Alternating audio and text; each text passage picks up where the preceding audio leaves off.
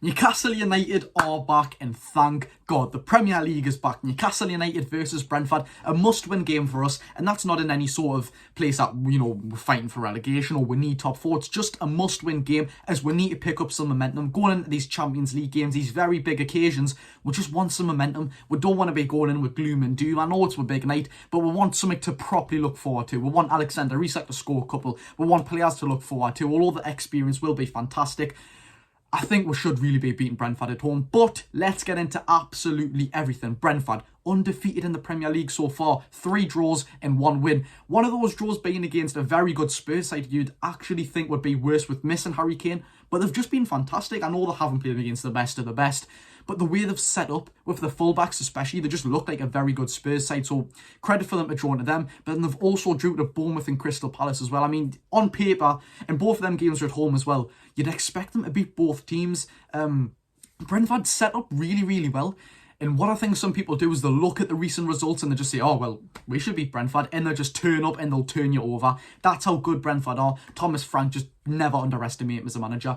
I remember when these first come up to the Premier League and we drew 3-3. I mean, that was a game to remember. I'm sure. Was that the game where Ryan Fraser lobbed it in and Maxi scored? Or was that against... Am I completely... just being blank, was that against the Southampton game? I do not know. I think that actually was against Southampton. But what a game that Brentford game was. 3-3. I can remember it like it was yesterday. We beat them at the GTEC Community Stadium. Then the next season, obviously, we beat them home and away in a 5-1 thrashing at St James's Park. What a game that was. But Brentford. And also what I want to talk about Brentford with our actual history is they've only beat us once and it wasn't in the league. Of course, 4 games in the Premier League. They haven't beat us once yet. In the AFL Cup, we're in the quarter-finals and Brentford beat 1-0 at Brentford. Josh De Silva scored the goal. I remember that yet again like it was yesterday, and in the Championship when they win the Old Stadium, we beat them home and away.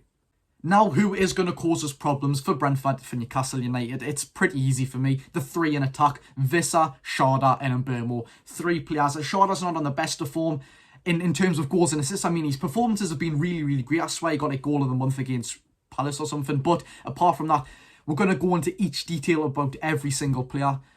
Sharda just looks absolutely brilliant. He's just a youthful player who's just got bursts of energy, bursts of pace, and he's got a great shot in him as well. I'm really, really not looking forward to playing him. And even keeping it on the topic of attackers, Johan Visser, yet again, I think Bing said this in his video, and I really do agree with him. What an underrated player Visser is. I haven't watched him that much, but when you actually do watch him, I just think everyone just pushes him out with the equation, just going, oh, we don't know much about him. But you really need to focus in on him because he's got a great strike on him. And he goes under the radar. 2 goals and 4 for him this season. And talking about goals, 4 and 4 for Brian Mbeumo, the penalty taker. The absolute burst of energy on that right-hand side. If we don't be careful, he'll turn Dan Burn inside out. Anyone with a bit of pace is a problem for us on that left-hand side in defence. It's just Brian Mbeumo's a fantastic player. We do not want to be giving any penalties away because he's probably bagging. I think he scored against us when we beat...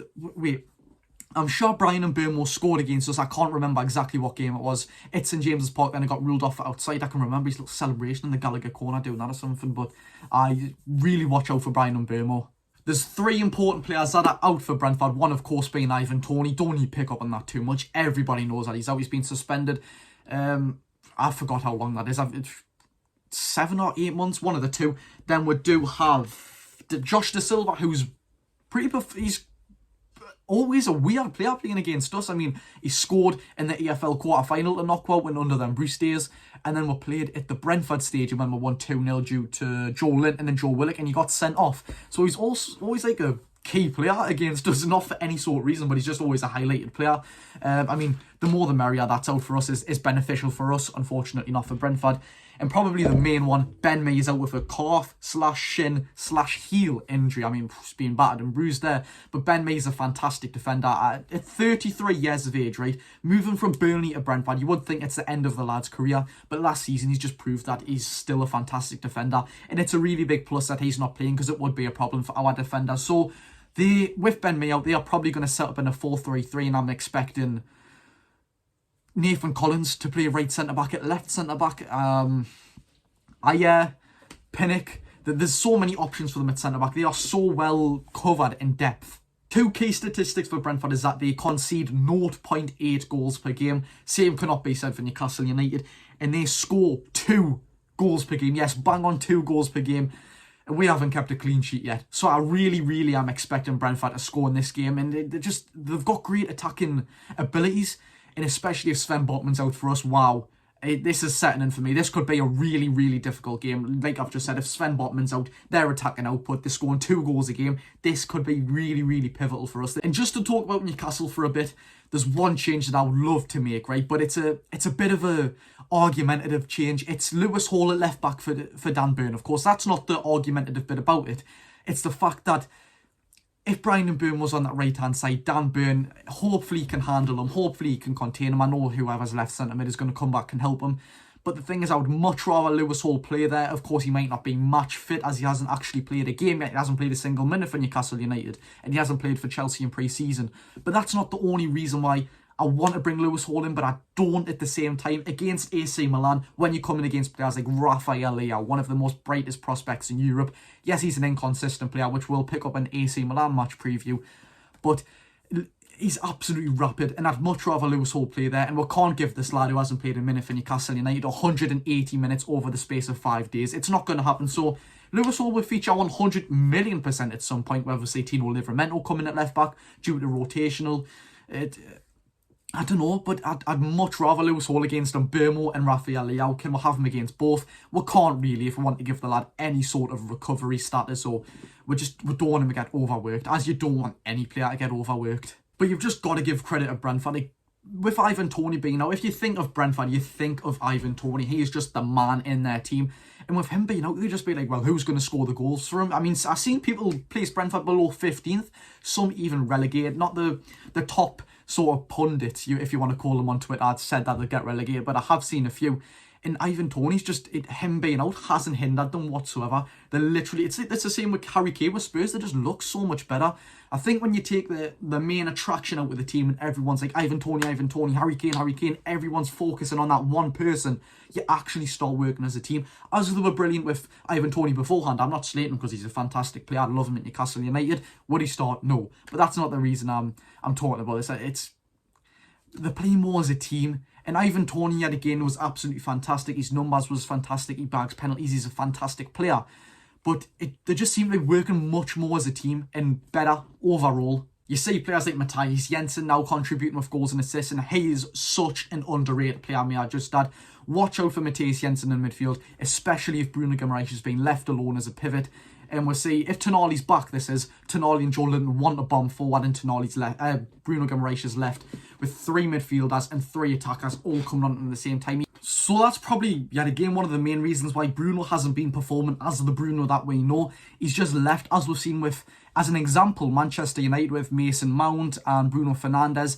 Bruno Fernandes has always been that attacking midfielder for Manchester United, and when you bring another one in like Mason Mount, Casemiro's left by himself and he's just dumbfounded. Like, all these players are pressuring him and he has to go on the left of midfield, then the right and in the centre.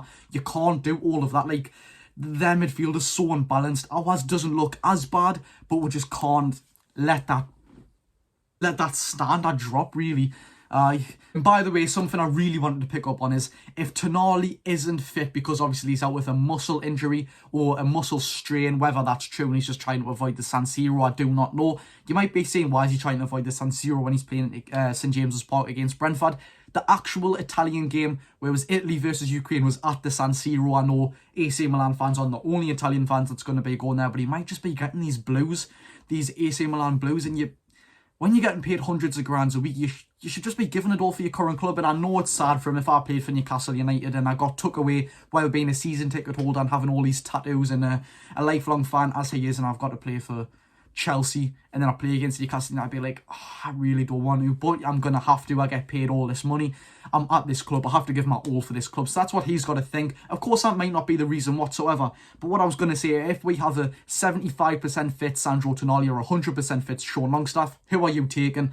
For me, it's literally a no-brainer. You play the 100% fit lad. Why? What did we see with Joelinton? He was not 100% fit against Brighton, and that is hands down the worst performance I've seen from Joelinton in a centre midfield area. Don't play him. He obviously wasn't fit. Play Elliot Anderson. He's not the worst player that we've got. He's a very, very good player. He's getting praise from Gareth Southgate. Not the best manager in the world, but England's manager. And if you're getting chose for England, one of the best ranked nations in the world, you've got to be a good player, and he is a great player. Speaking of hoping that someone's fit, Sven Botman. Now, Sven Botman was actually caught training with the team. I don't know why I say caught like it's crime watch. I mean, he was actually seen training with the team. So hopefully he should be back with Brentford. If he's training now, and we've still got a couple of days, let's just fingers crossed. But yet again, a 75% fit Sven Botman. I know I've missed him so much, and that was the pinnacle of our downfall against Brighton. Or 100% fit Dan Burn and Lewis Hall goes left back, or Tino Livramento or Jamal Lascelles coming in centre back, Matty Target against left back, whatever. Play anyone apart from a 75% fit or a 90% or a 95%. You always want fit players. You don't want to risk another injury. You don't want to risk bad performances. You don't want to risk the reputation, the great reputation. You don't want to risk that whatsoever. But the bit you've all been waiting for. What I believe will happen in this game in my score prediction. It's so tough. It genuinely is so tough. I believe Newcastle United, it is a must-win game. We have to win this game to just put out a stand. Like, we are back. We are here at Newcastle United. We've had some rough games. We're not here to be hindered with. We are back in the big time. Aston Villa tore them apart. Manchester City, you're at the treble winners' backyard. A 1-0 loss. I know it didn't play great, but I'm not really complaining. I mean, it would have been fantastic if we got a point. It would have been absolutely fantastic, no matter the performance. Against Liverpool, just a massive slip up. And that's not me creating excuses. You put your foot off the gas when you're 1-0 up. I think all of them players, unfortunately, showed a bit of arrogance. You're 1-0 up. You've got all 50,000 Geordies behind you. You're absolutely battering them. They get a man sent off, and I think they've just put the foot back and say, you know what, we've won this game. Liverpool's got 2 chances. The clinical team, Liverpool, always have been. Darwin Núñez, a clinical player. You give them 2 chances, they've scored, they've won the game. That cannot happen ever again. And I think it's really showed them after our... And although we didn't even retaliate, really, we didn't actually say, oh, get out this club. We said, right, okay, fair enough, you know what I mean? Just learn from it. And then that Brighton performance, that is not excusable. Tonali and Gordon were the only players who looked half decent in that team. Every single player there didn't look like they wanted to try. They just looked like they've been battered for about the week of training that they had. Every single... It looks like they've been training for like 5 days in a row. They looked absolutely knackered. But against Brentford, I really do believe we'll beat them. It's just a chip on my shoulder that we'll beat them in. Brentford, don't take them for granted. Bearing in mind, it's not impossible that they'll come and turn it over. It genuinely isn't, especially yet again if Tonali and Botman's out and their attacks on point. This could be a 1-1 draw, or they could even win 1-0 or 2-0, 2-1. But yeah, I'm going to go for Newcastle United. I'm going to go 2-1. We will concede 100%. Yet again, Brentford scored 2 goals in every single game, or average of 2 goals. Sorry, they've scored 3 in one and they've scored 1 in the other. They've scored 2 goals an average of every single game, and they concede 0.8. I'm still worried, but I do back us 2-1 Newcastle United. If you did enjoy this video, hit the like and smash the subscribe button. I appreciate you all, and let me know down below what is your score prediction, because I'm actually intrigued to know what other people think about this game. It's such a hard game. Thank you very much for watching. I've been Jody Josh, and enjoy your day.